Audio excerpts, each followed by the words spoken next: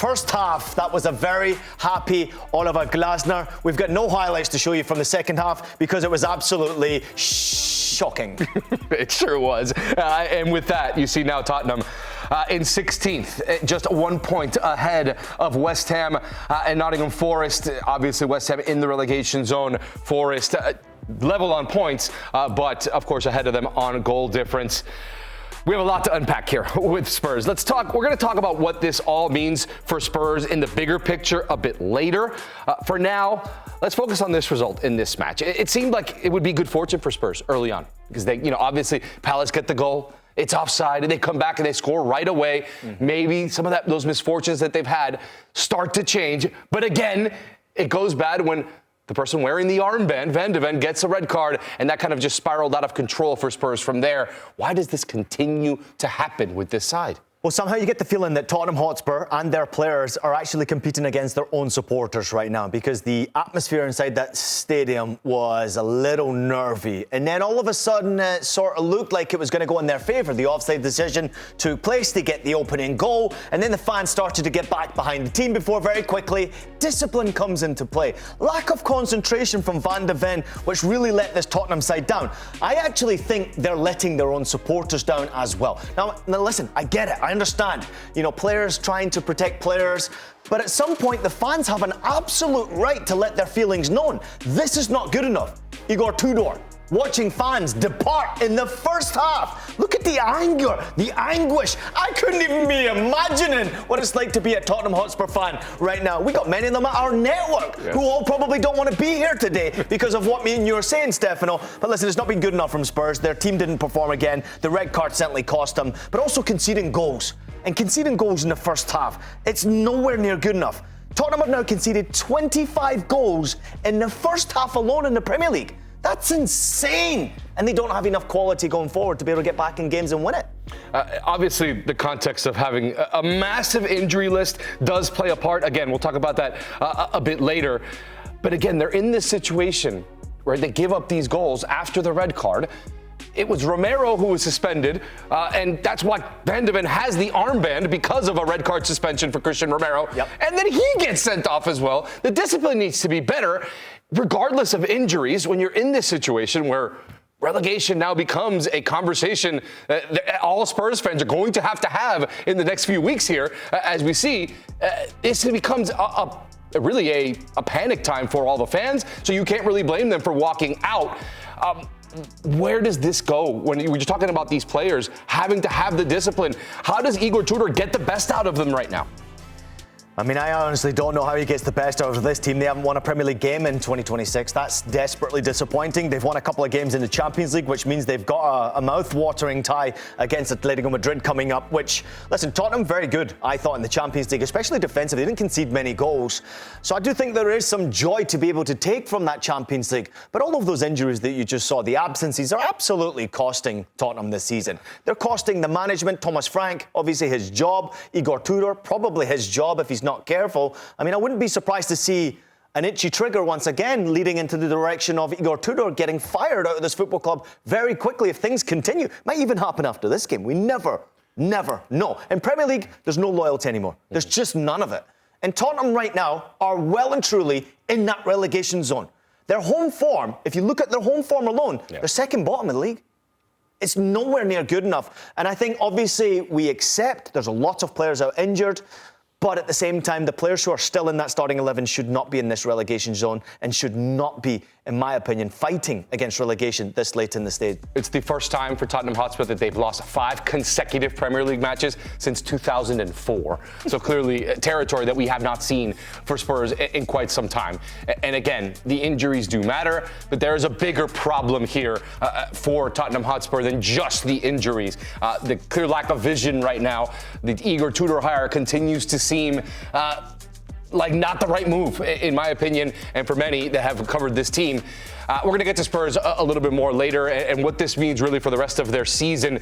I want to shift a bit and talk about Crystal Palace because this is another team in Crystal Palace that it's been a struggle for them. Oliver Glasner already let it known that he is out the door as well. Mm-hmm. They took full advantage of their opportunity in this match. And they also needed to win. They need to stay away from the bottom of the table. A good performance.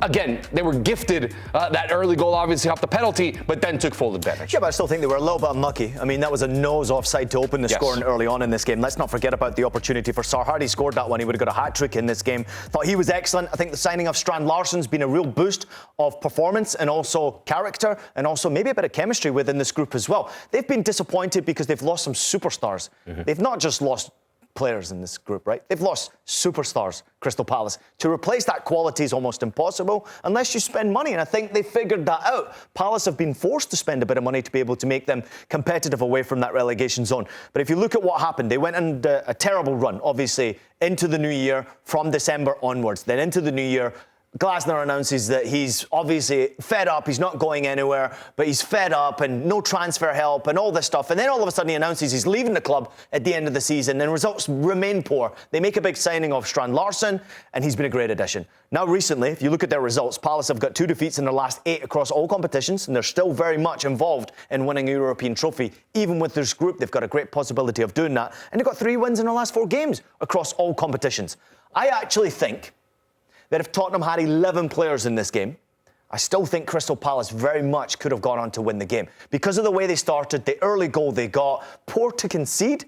But actually, if you look at the football, the way that Palace played in that first 45 minutes, and I know they were a player up, I get it.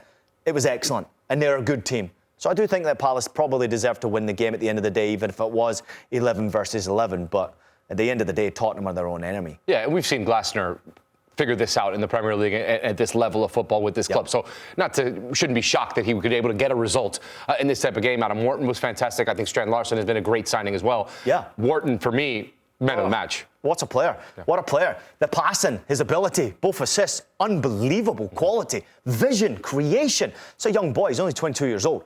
But what an absolute talent, right? He came from Blackburn Rovers, right? We were looking at his bio. Lovely, lovely player. But listen, Crystal Palace, with the quality they've got now, I know that they don't have the Olises of this world, the Gahys of this world, who are absolutely top-class players. They do have enough quality to go and win a European trophy. And I think if they do really get to a final, they probably will win it. Yeah, it's fair. And that might be their hope here and what they're hoping for the rest of this season, for sure. We continue the chat on Spurs after their 3-1 defeat to Crystal Palace. Since the start of last season, it's not been good. 17th place in the 24-25 season on 38 points, 8 wins in 66 home matches. They are winless in 2026, 4 draws and 7 losses, the longest winless streak in club history. And of course, we are on our 3rd manager at this point for Spurs since the start of last season, Ange Postecoglou, Thomas Frank, and of course now Igor Tudor, the current interim manager. We can officially say that this is a crisis now at Tottenham Hotspur. They're in serious danger of slipping into the relegation zone. A couple of results, and it could really end up bad. Their injury list is massive, and we know that. Clearly, Igor Tudor, his methods haven't had an impact yet. He's under pressure. Do you see a way out for the Spurs right now, with a reminder that they're still in the Champions League as well? Yeah, there's always a way out because there's teams below them who are fighting against that relegation as well. And obviously we expect Wolves to probably be gone. Burnley have got a bit of a mountain to climb. Both of those teams playing good football now and actually fighting. Don't see them catching Tottenham. So realistically, you're probably competing in that last place in the relegation zone. So West Ham are in that spot right now. They're also in good form. I know they're not winning every game, but they are capable of winning games in the Premier League, which is a massive concern because right now, Tottenham are not capable of winning games in the Premier League. That's why they're in the position they're in. No wins, no victories in 2026 in the Premier League is an absolute disaster. And for a club of this size, never having been relegated from the Premier League in its history, the size of the club, owning your own stadium, the revenue that comes in through the door. I understand this is a gigantic, successful business. But remaining in the Premier League is what made them as successful as they are. So don't ever forget that. Champions League is beautiful. Getting to this stage is great. They're probably going out, Tottenham. I don't think they get past Atleti, not in this form. But I do think that the players have to take responsibility. I think the executives have to take responsibility. Hiring and firing Thomas Frank as quickly as they did do, was it necessary? If you actually go to the big picture, and my personal reason why Tottenham are in this position, it is the injury list that you pointed out there. If you go through the names in particular, you have Madison, Kulusevski, Kudus, Orobert, Bentancur, Udogi, Bergval, Davies, Spence, and Richarlison. That's almost 400 million's worth of talent. Any team in world football would struggle with that type of talent missing from your starting 11. So that's where I think the problems began, and I think that's where we are right now, is that the players who have stepped up in their place are not good enough. So would you say, because of this list right here, that the majority of these players have been out for virtually the entire season? Yes. Do you go back and say that it was a mistake to sack Thomas Frank and to bring in Igor Tudor, and even maybe going back even further and sacking Ange Postecoglou? You mentioned the board and their decision-making. Were these the wrong decisions to switch managers not once but twice? Well, listen, eliminated in the third round of the FA Cup, eliminated in the fourth round of the EFL Cup, which you saw on our network. That's not good for Thomas Frank, getting knocked out of competitions that Tottenham should be competing for. I don't care whether you've got a group of players that are successful or not. The biggest problem, I feel, is that they fired Ange Postecoglou, who brought in the majority of these players, was playing a specific way. So now you bring in Thomas Frank, who wants to play a different way.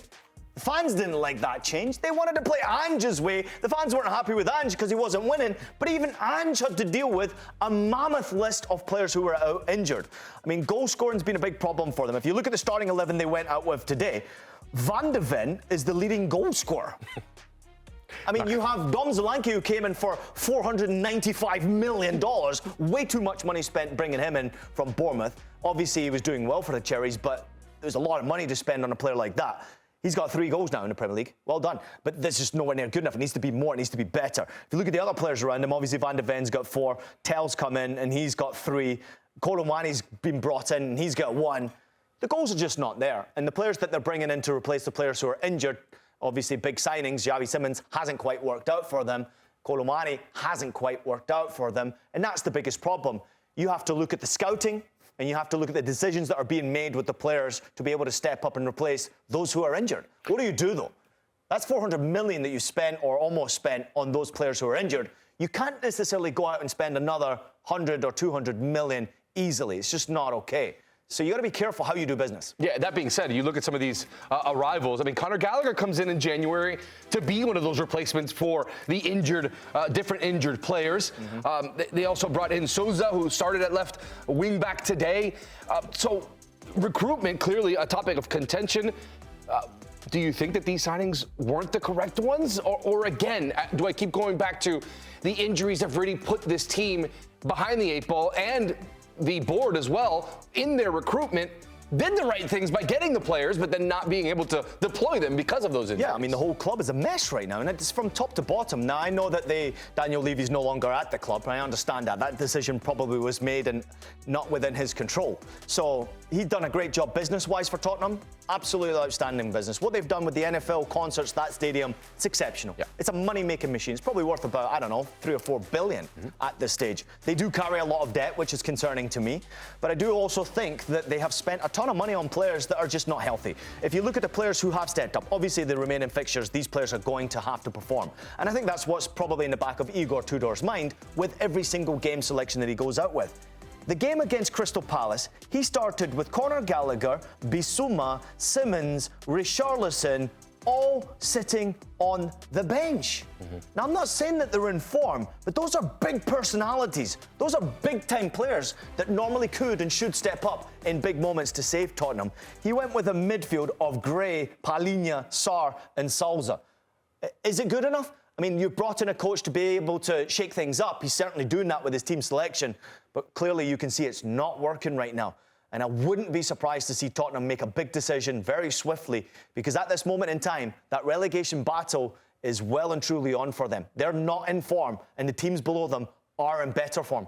What has Igor Tudor gotten wrong in his short time with the club? What has he done? Not win games. What has he done tactically, though? He's clearly brought in to save this club from going down to relegation. Clearly has not worked out. What has he done that hasn't worked with this group of players? I mean, tactically, he's tried to play an offensive game. Thomas Frank, obviously, was someone who was a bit more defensive-minded, and we've witnessed that, obviously, with his time in the Premier League before.